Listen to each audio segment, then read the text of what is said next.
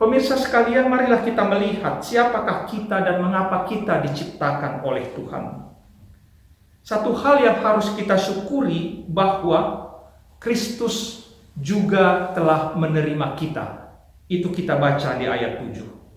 Dan inilah saudaraku kata kunci firman Tuhan di hari ini. Sebab tanpa penerimaan Kristus terhadap kita, maka tidak ada gunanya kita memberitakan kemuliaan Allah. Tidak ada artinya kita bergereja, tidak ada artinya kita mengumandangkan kor yang luar biasa, khotbah kita menjadi kosong, teologi kita menjadi sia-sia, semata karena Tuhan belum menerima kita. Mengapa kalimat ini begitu menggetarkan hati saya?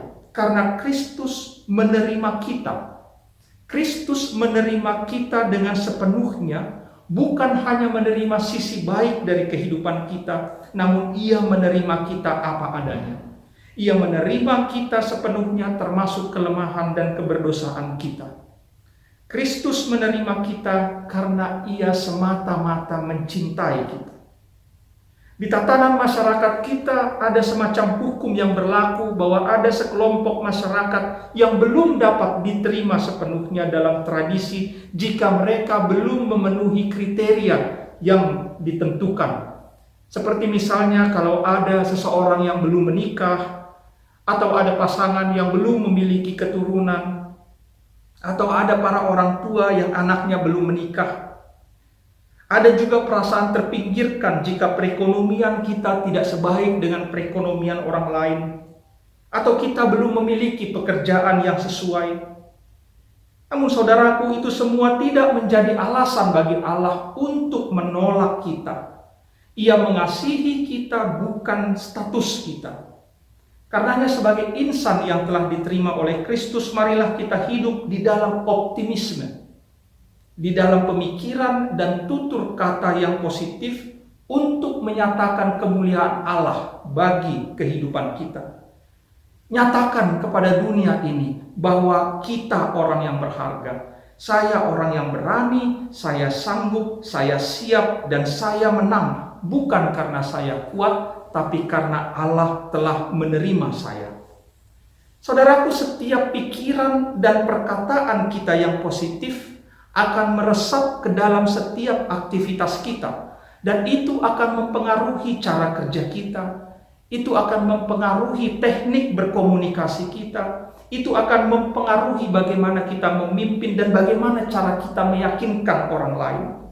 Sehingga jika hidup kita penuh dengan kata-kata dan pikiran-pikiran yang positif untuk memuliakan Allah, maka jangan terkejut saudaraku. Jika rezeki akan menjadi milikmu, tiba-tiba penyakitmu lenyap, kita akan menjadi karyawan dan atasan yang disukai oleh sesama, kita akan menjadi orang yang dipercaya, sehingga promosi jabatan akan menjadi milik kita, karena sesungguhnya kita berharga di mata Allah dan kita telah diterima oleh Yesus Kristus. Mungkin kita mengingat Nick Vujicic, motivator ternama yang terlahir di kota Brisbane, Australia. Ia lahir dengan keadaan fisik yang terkena gangguan tetra amelia yang langka. Penyakit ini berarti tanpa kaki, tanpa kedua lengan, dan dengan dua kaki kecil, satu-satunya memiliki 2 jari. Pada masa kecilnya, Nick sering diintimidasi oleh teman-teman di sekolahnya, dibully. Pada usia 8 tahun ia memulai memikirkan untuk bunuh diri. Dan fatalnya lagi pada usia 10 tahun dia pernah kembali mencoba untuk menenggelamkan dirinya di bak mandi yang kemudian berhasil digagalkan. Namun seiring dengan perjalanan waktu di tengah keterbatasan fisiknya, ia justru mampu menyelesaikan studinya dengan baik. Ia perlahan memulai pelayanannya sebagai seorang motivator. Ia rutin melakukan perjalanan internasional untuk berbicara dengan jemaat-jemaat Kristen, dengan sekolah-sekolah, dengan perusahaan-perusahaan. Dia telah berbicara kepada lebih dari 3 juta orang sejauh ini di lebih dari 24 negara di 5 benua. Dalam sebuah seminarnya ia mengatakan, Anda mungkin mempunyai tangan dan kaki, tapi Anda harus tahu 3 hal ini. Yang pertama, siapakah Anda dan seberapakah nilai Anda? Yang kedua, apakah tujuan Anda dalam hidup ini? Dan yang ketiga, bagaimana Anda mensyukuri kehidupan. Jika Anda tidak mengetahui jawaban dari ketiga pertanyaan ini, maka Anda sesungguhnya lebih cacat dari saya. Nick menyadari bahwa keterbatasan tubuhnya bukanlah kegagalan Allah dalam menciptakannya. Tuhan mengasihinya dengan menciptakannya sedemikian rupa agar Nick bisa menjadi inspirasi bagi saya, bagi Anda, bagi banyak orang, agar Allah dipermuliakan.